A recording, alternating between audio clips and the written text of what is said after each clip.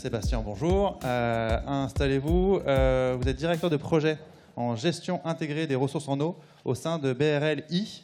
Le I, c'est pour ingénierie. Vous représentez le bureau d'études filiale du groupe BRL, qui, on le rappelle, le groupe BRL est lui concessionnaire de la région pour le réseau hydraulique régional. Donc vous travaillez au sein du bureau d'études qui travaille pour BRL, mais aussi pour d'autres clients du secteur. Avec vous, on va avoir une première approche prospective à l'horizon 2050, climat, eau, agriculture en Languedoc, en faisant un zoom sur le bilan des besoins et des ressources en eau, avec voilà, pas mal d'interpellations au cours de votre exposé. On vous écoute.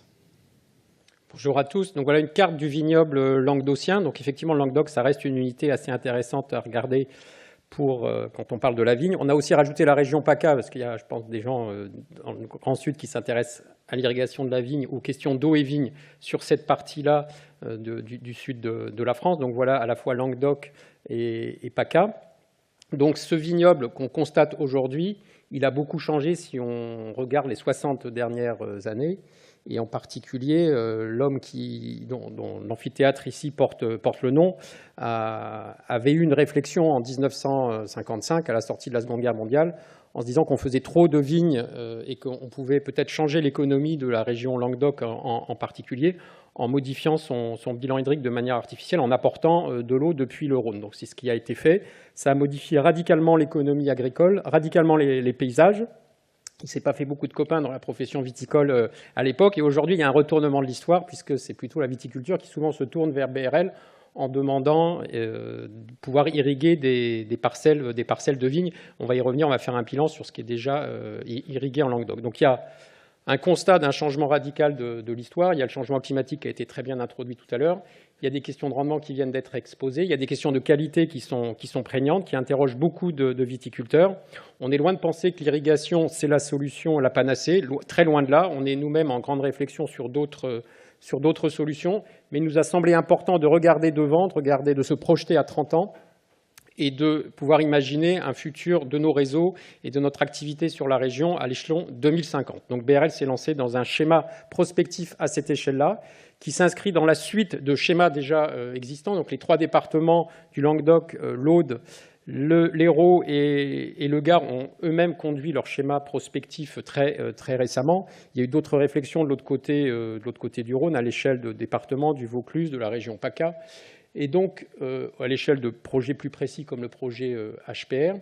Et donc on s'est focalisé, nous, sur les 3 départements qui nous concernent le plus, Aude, Hérault et Gard, pour produire cette réflexion prospective que j'ai introduite et se demander ce qu'allait pouvoir devenir ce que donc, vous avez appelé le réseau hydraulique régional, donc concédé par la région à BRL, dans les 30 ans qui viennent, en fonction du devenir du climat, du devenir des ressources en eau, du devenir de l'agriculture et de la viticulture particulièrement. Donc ce schéma, il balaye beaucoup de sujets. D'abord, il fait le point sur tous les défis qui sont soulevés par les changements à venir. Donc celui du climat, il a été largement exposé. Celui des demandes en eau, porté essentiellement par la viticulture aujourd'hui, mais peut-être par d'autres facteurs, on y reviendra.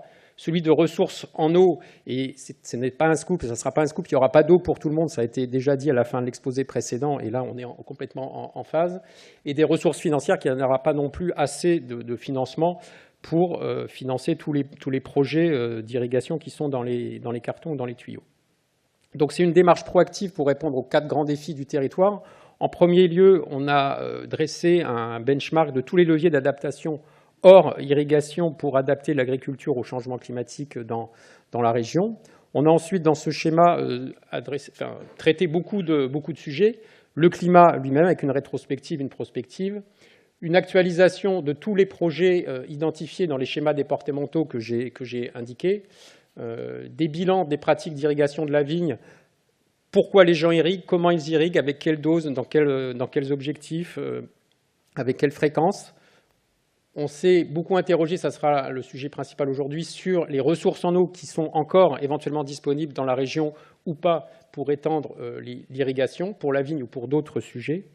Et on a beaucoup aussi abordé de sujets économiques sur l'évaluation du poids socio-économique de la viticulture, quel poids ça a à l'échelle du Languedoc, Est-ce qu'il est raisonnable économiquement de développer l'irrigation sur la vigne avec des approches coût-bénéfice et au final une approche multicritère qui croise beaucoup d'éléments pour pouvoir conseiller des investissements publics sur ces sujets. Donc le document lui-même, il est très lourd, il comporte de nombreux rapports. Je ne vais pas pouvoir tout exposer, tout détailler. C'est un teasing, on va dire. C'est une table des matières aujourd'hui que je vais faire. Voilà. Tout à fait. Donc, les échelles d'analyse ont été nombreuses, un peu en poupée gigogne, à la fois à l'échelle des 3 départements, où à chaque fois ces sujets hydro, climat, pédologie, agronomie, socio-économie, économie ont été traités. Donc, à l'échelle de tout le Languedoc, à l'échelle de systèmes hydrauliques pour pouvoir appréhender ces questions de ressources en eau, à l'échelle des projets même d'irrigation qui sont aujourd'hui sur la table. Donc on a regroupé dans des grandes entités une vingtaine qu'on a appelées des zones potentielles de projets. Et puis à l'échelle des projets eux-mêmes, il y en a plus d'une centaine qui existent. Et c'est vraiment à cette échelle-là qu'on a au final raisonné pour pouvoir apporter un conseil de pertinence sur les investissements potentiels. Donc je ne vais pas pouvoir tout exposer, c'est plus le teasing comme le dit Pierre effectivement. C'est aujourd'hui, l'idée c'est de vous donner un aperçu de ce que contient ce schéma qui vient d'être réalisé et c'est de donner un aperçu plus précis sur la question des ressources en eau. Donc sur la question de l'eau et de la vigne, alors c'est malheureux, les formats n'ont pas été conservés dans le... C'est pas grave, c'est un petit détail, mais ça chamboule un peu la géographie des diapos. Donc, un climat qui a déjà changé. Alors, je ne vais pas reprendre tout l'exposé de ce matin qui a brillamment dressé la situation du changement climatique. Donc, nous avons également, comme Iñaki, fabriqué des indices pour cerner l'évolution du stress hydrique de la vigne. Donc là, l'indice que nous, on propose, c'est le ratio du besoin non satisfait de la vigne sur son besoin. Donc, ETP multiplié par son coefficient cultural, moins P, divisé par ETP multiplié par son coefficient cultural. Donc, avec un indice qui va de 0 à 100, et plus on se rapproche de 100, plus le stress hydrique est fort. À partir de 70%, on convient qu'il devient effectivement fort. Donc cette carte montre les valeurs de cet indice pour le mois de juillet sur les 3 départements languedociens sur la moyenne 2000-2009. Et on voit qu'il se dégage des zones comme l'Est audois, les espaces littoraux, où on a un stress particulièrement important. Ce qui est surtout intéressant de noter, c'est qu'on a fait également, comme ça a été exposé par INRAE, une histoire de cet indice dans les 30 dernières années, par stade phénologique de la vigne et par décade. Donc je ne vais pas tout détailler, mais on voit une montée en stress de certains territoires qui étaient épargnés jusque-là. Donc ça, c'est géographique. Et dans le temps, on voit apparaître dans la dernière décade, pour le printemps et pour l'automne, également du stress hydrique qui n'apparaît pas dans les premières décades. Donc là, il n'y a pas de projection, on fait une rétrospective. On n'a pas encore projeté cet indice dans les 30 ans qui viennent, ça pourra être fait. Mais c'est déjà très intéressant de voir comment on a cette extension géographique et temporelle de ce stress hydrique pour cette culture qui, jusque-là, effectivement, ça a été rappelé par Samy, était le symbole d'une plante adaptée à un climat sec. On a dressé dans ce schéma un bilan sur là où on en était des surfaces en vigne à l'échelle de la région Languedoc et à l'échelle de PACA et la part qui était irriguée. Donc les derniers chiffres sont très récents, c'est les chiffres du recensement général 2020 qui est sorti très, très récemment. Donc aujourd'hui, si on doit retenir un chiffre, en Languedoc, donc les 3 départements dont j'ai parlé, on est à 20% d'irrigation du vignoble en ordre de grandeur, avec en gros 220 000 hectares cultivés et plus de 40 000 hectares irrigués. Donc ça, c'est pour Languedoc. En PACA, on est un peu moins de 100 000 hectares de vignes, avec un peu moins de 20 000 hectares de vignes irriguées. Et le pourcentage est quasiment identique. On est à 19% de vignes irriguées en PACA. Oui, donc c'est déjà très, très significatif par rapport à ce qu'on peut imaginer classiquement en regardant un peu le sujet de loin. Donc, à l'échelle de la France, c'est beaucoup plus petit, mais pour le Sud, c'est effectivement très significatif et on se rapproche des chiffres qu'on observe à l'échelle de pays entiers comme l'Espagne ou l'Italie, où on dépasse les 20% à l'échelle de tous ces pays. Et ça, c'est sans compter la demande à venir. Ça, c'est sans compter la demande à venir. Et donc, on a aussi regardé dans ce schéma, fait la synthèse de toutes les demandes qui étaient portées dans les schémas départementaux, nous-mêmes aussi prospectés pour affiner ces chiffres, et on arrive à cet ordre de grandeur. Donc, parmi les 220 000 hectares, on en a déjà 40 000 irrigués. Donc là, je reviens sur le seul Languedoc. Donc on a 220 000 hectares de vignes, 40 000 déjà irrigués. Et dans les schémas, quand on fait la synthèse de tous les territoires qui souhaiteraient accéder, les territoires viticoles qui souhaiteraient accéder à l'eau, on arrive à plus de 60 000 hectares. Donc ça voudrait dire qu'à terme, ça porterait à peu près à 50% le ratio que j'indiquais en introduction. Donc ces surfaces souhaitant être irriguées, manifestant un intérêt pour l'irrigation, sont très éparpillées dans toute la région Languedoc. Juste qu'on se rende compte de 60 000 hectares, ça fait combien de mètres cubes? Alors, j'allais venir à la demande en eau, mais c'est une très bonne question. Donc, on a pris comme ordre de grandeur ici 1000 mètres cubes par hectare. On pourrait prendre 1200. Certaines années, c'est moins, ou des années humides, c'est pratiquement zéro. Mais en ordre de grandeur, on peut multiplier la surface par 1000 pour se donner, pour se rendre compte. Donc, si on parle de 64 000, on va arriver à 64 millions de mètres cubes pour la vigne. Si on se représente le barrage du Salagou, le volume total, ça fait un demi-Salagou. Voilà, on en avait parlé ensemble, c'était l'image que j'avais prise. Et en débit de pointe, ça représente plus de 10 mètres cubes seconde. Et en débit fictif continu sur 3 mois, on va être de l'ordre de 8 mètres cubes par seconde. Encore une fois, on le rappelle, hein, ça c'est la demande.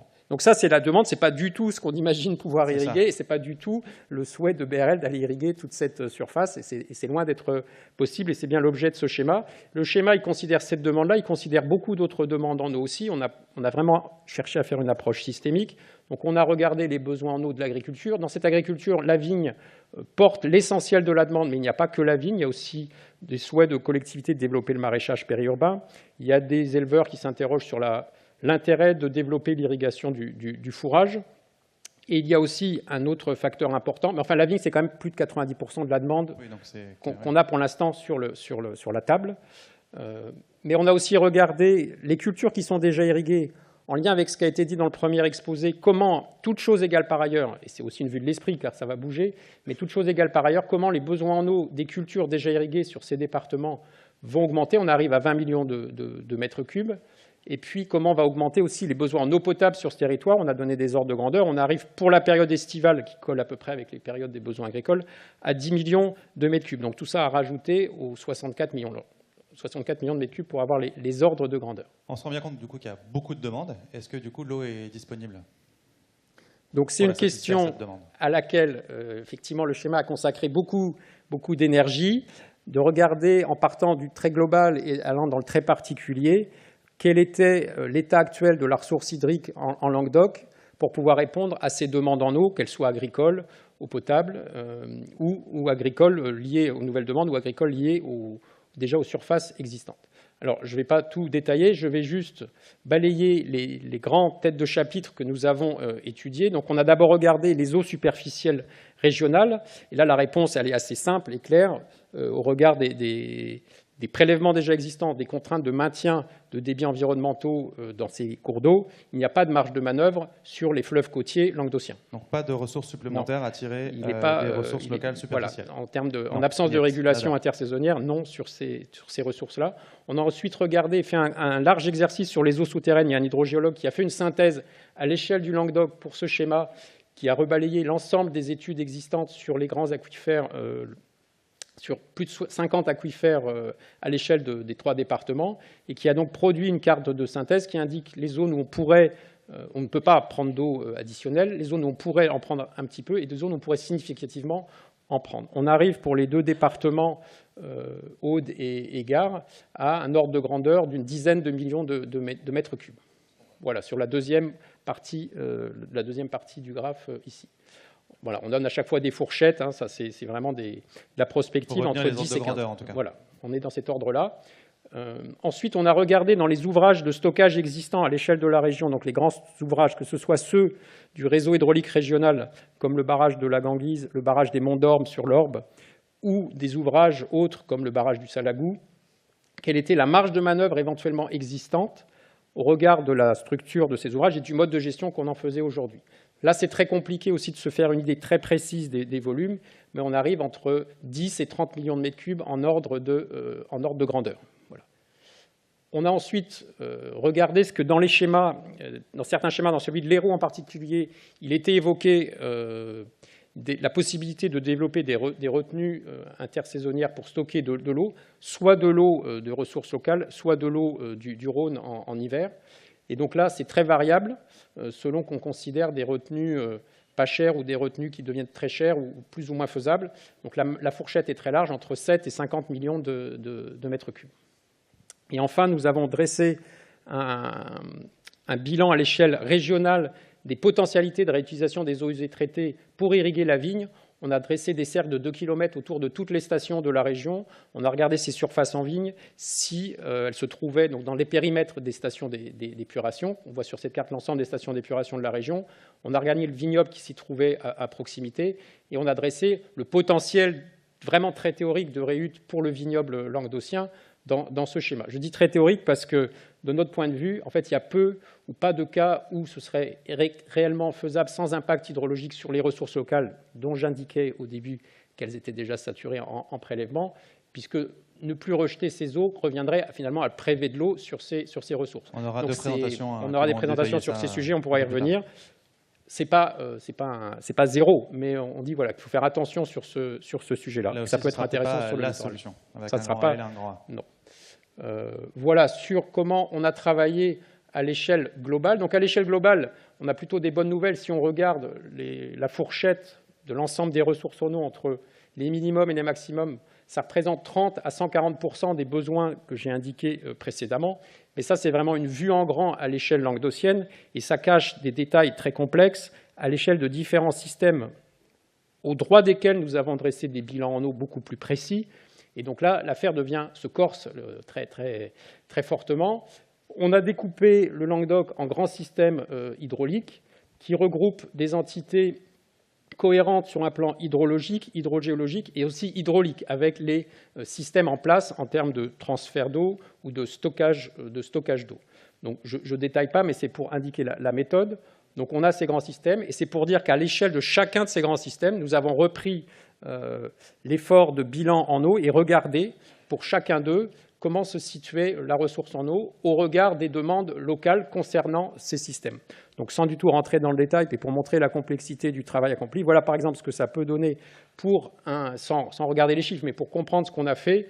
Donc on a mis en bleu les ressources, en vert les demandes. Sur un système comme le système Hérault, on a 2 ouvrages de stockage, on a un fleuve côtier, on a un adducteur transversal qui amène de l'eau du Rhône sur le secteur, on a un ouvrage de navigation historique, le canal du Midi, et on regarde le bilan. Qu'est-ce qu'on pourrait irriguer sur le système Hérault? On arrive à des marges de manœuvre qui vont être beaucoup plus modestes que les grands chiffres que je donnais tout à l'heure pour chacun de ces systèmes.